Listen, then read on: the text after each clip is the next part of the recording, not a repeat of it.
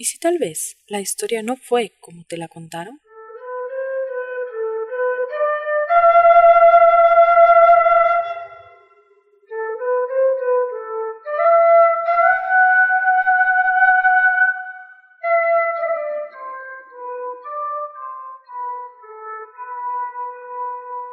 Entre las cordilleras blanca y negra, bajo la mirada del imponente Huascarán, la región de Ancash guarda en sus cimientos la historia de una cultura milenaria que se forjó entre la costa y la sierra.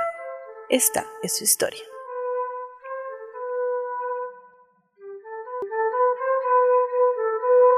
El amanecer en la ciudad de Huaraz es muy variante. Algunos días tenemos un espléndido cielo azul, con casi ninguna nube a su alrededor.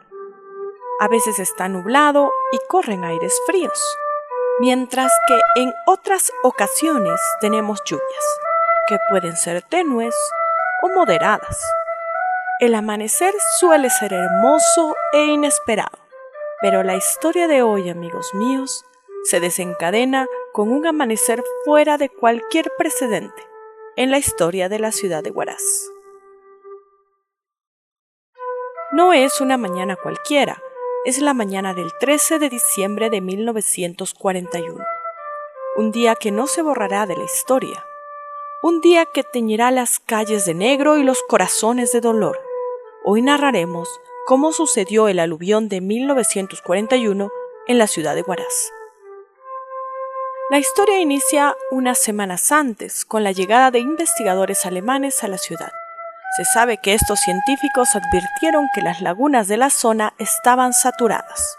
Esto debido a las constantes lluvias, sumándole a ello el proceso de desglaciación que se advertía hace ya muchos años. Sin embargo, a pesar de existir evidencia de riesgo frente a un posible aluvión, ni las autoridades ni la población tuvieron temor alguno al no haber existido precedentes de tal fenómeno en la zona. Nadie esperaba que dicha advertencia pudiera ser una realidad. Las quebradas de las alturas de la ciudad de Huaraz tenían lagunas repletas, además de ríos crecidos, propios de la serranía en época de lluvia, pero que lamentablemente no habían tenido ni supervisión ni tratamiento, mucho menos preocupación de los gobernantes. En este contexto de confianza, han olvidado por completo la existencia de los desastres naturales y lo implacables que pueden llegar a ser. Son alrededor de las 6 de la mañana. Nos trasladamos a las alturas de Huaraz, con un hermoso paisaje rebosante de enormes árboles de eucalipto, bellos quinoales, hermosas lagunas y atractivas quebradas. Todo inicia en la quebrada de Cojup, donde se encuentra la laguna Acochacocha, situada al fondo de la quebrada en el extremo noreste junto a los glaciares, a una altura de 4.562 metros. Esta laguna Acochacocha, al igual que la mayoría de lagunas, se encuentra a punto de desbordarse, y al encontrarse tan cerca de los glaciares, estos dieron el aporte de agua que faltaba para que finalmente, aquella mañana, sus aguas se desbordaran. Es así que los diques naturales que la mantenían cedieron por la cantidad de agua acumulada. Los diques naturales de la laguna han cedido, y ahora 5.500.000 metros cúbicos de agua se precipitan por la quebrada, llevándose todo a su alrededor. Los animales escapan por doquier, advertidos no solo por la vista, sino también por el ruido ensordecedor que sale de la profundidad de la quebrada. El desborde de agua, que ahora se ha convertido en enormes cantidades de lodo, viajan a gran velocidad. Llegan a las puertas de otra laguna. Se trata de la laguna Jircacocha, ubicada a 4.120 metros, que ahora, al recibir tal cantidad de fango, su volumen se ha elevado en 6 metros. Evidentemente la laguna se desborda. Ahora el agua de ambas lagunas, Acochacocha y Jircacocha, emprenden juntas el camino hacia los bosques y pastizales.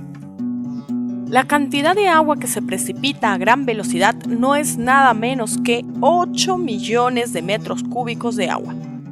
Pasan destruyendo todo, hasta que finalmente llegan al río Auqui. Pasan por él y chocan con la base del cerro Cuchuruyok.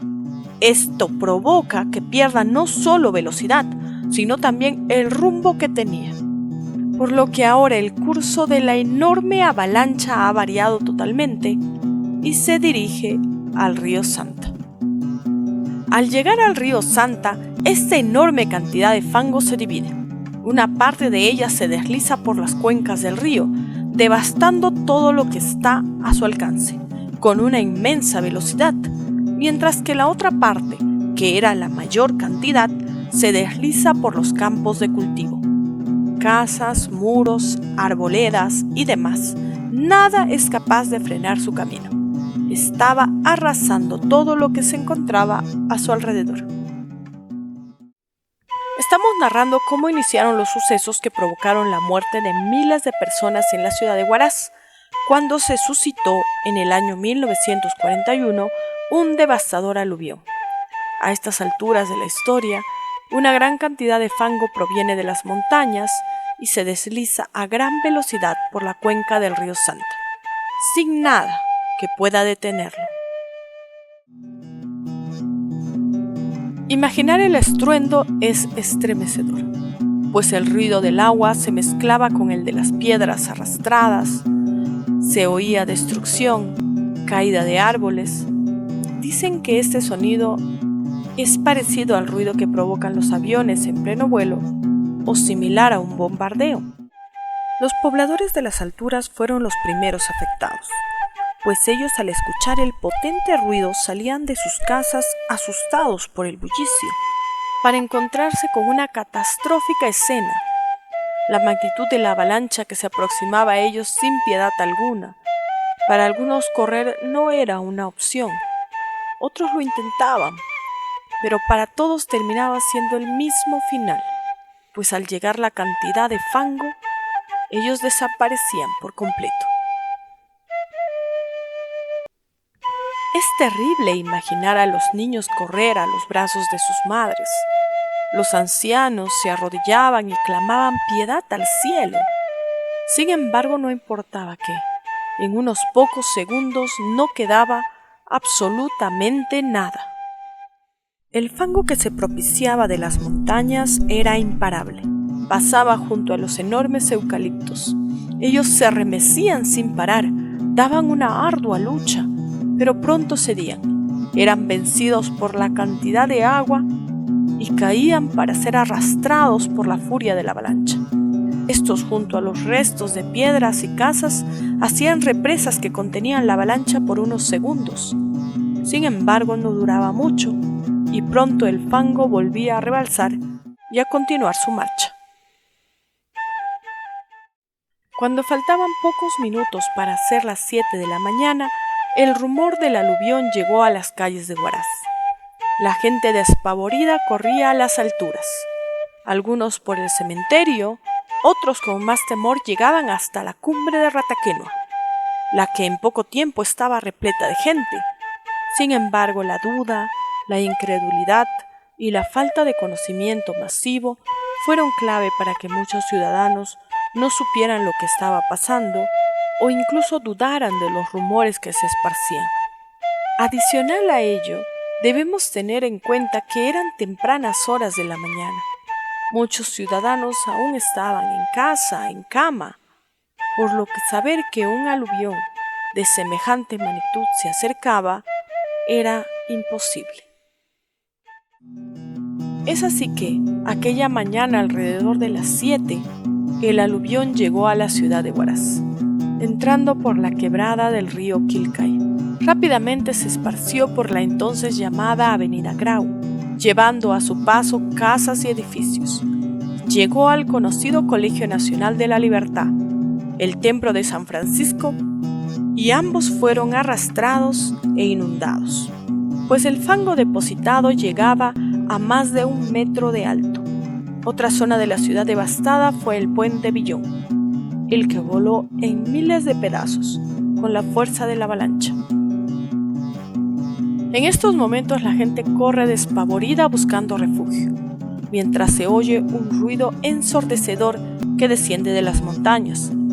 Fango negro en cantidades inimaginables, que trae consigo piedras de todos los tamaños, árboles y todo lo que estaba en su camino.